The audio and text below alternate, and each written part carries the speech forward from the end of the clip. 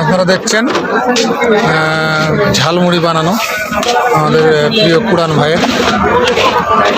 কত রকম ভাজা মশলা আছে আপনারা দেখেন। কত রকম আইটেম লাগে ভাই মোট? লাগে ভাই 12-13 রকম। হ্যাঁ 12-13 রকমের লাগে। 12-13 রকম, 20 রকম করা যায় না? যা এই যায় না কারণ মশলা তো মিক্সচার আছে না, বুঝলাম কেন ওই মশলা মিক্সচার করতে গেলে তো চলছে মিক্সচার 30-35 রকমের হয়ে যাবে ভাই। 30-35? হ্যাঁ ওই মশলা এখন কে দেবে গেলে এটা কি বুট? হ্যাঁ এটা বুট ভাই, একেবারে ছোলা টাটকা টাটকা একেবারে।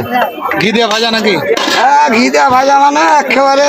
এই যে দিলাম কাঁচামরিচ এবার, যে দাম কাঁচামরিচের এখন। হ্যাঁ এই যে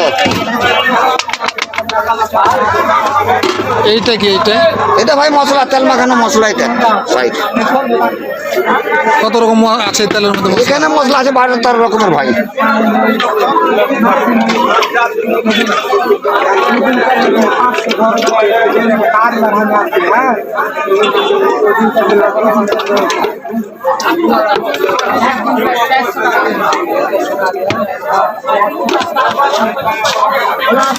তেলের ঘ্রাণ, অসাধারণ ঘ্রাণ। মূলত তেলই আপনার ঝালমুড়িটাকে স্বাদ করে তুলে।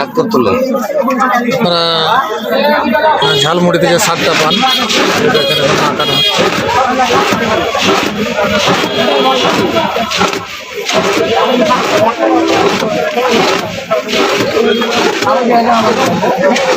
এক একজনের ঝালমুড়ির এক এক রকম স্বাদ।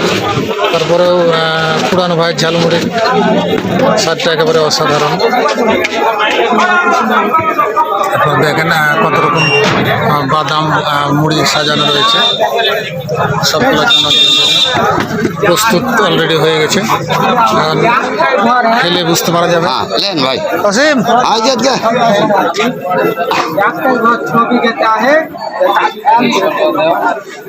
কেমন স্বাদ আগে খায় এটা কহ।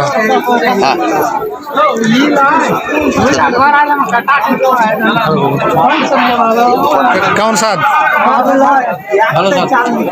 ভালো স্বাদ।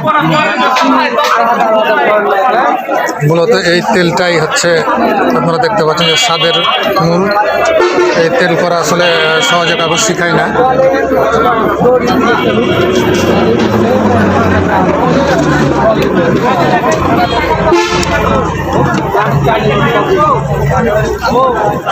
শেষ।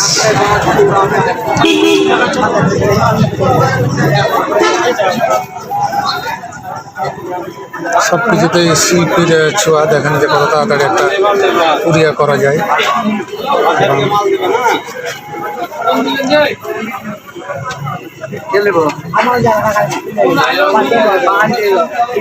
কয় গ্রাম করে আটবে একটা ইয়েতে প্যাকেটে? 25 গ্রাম।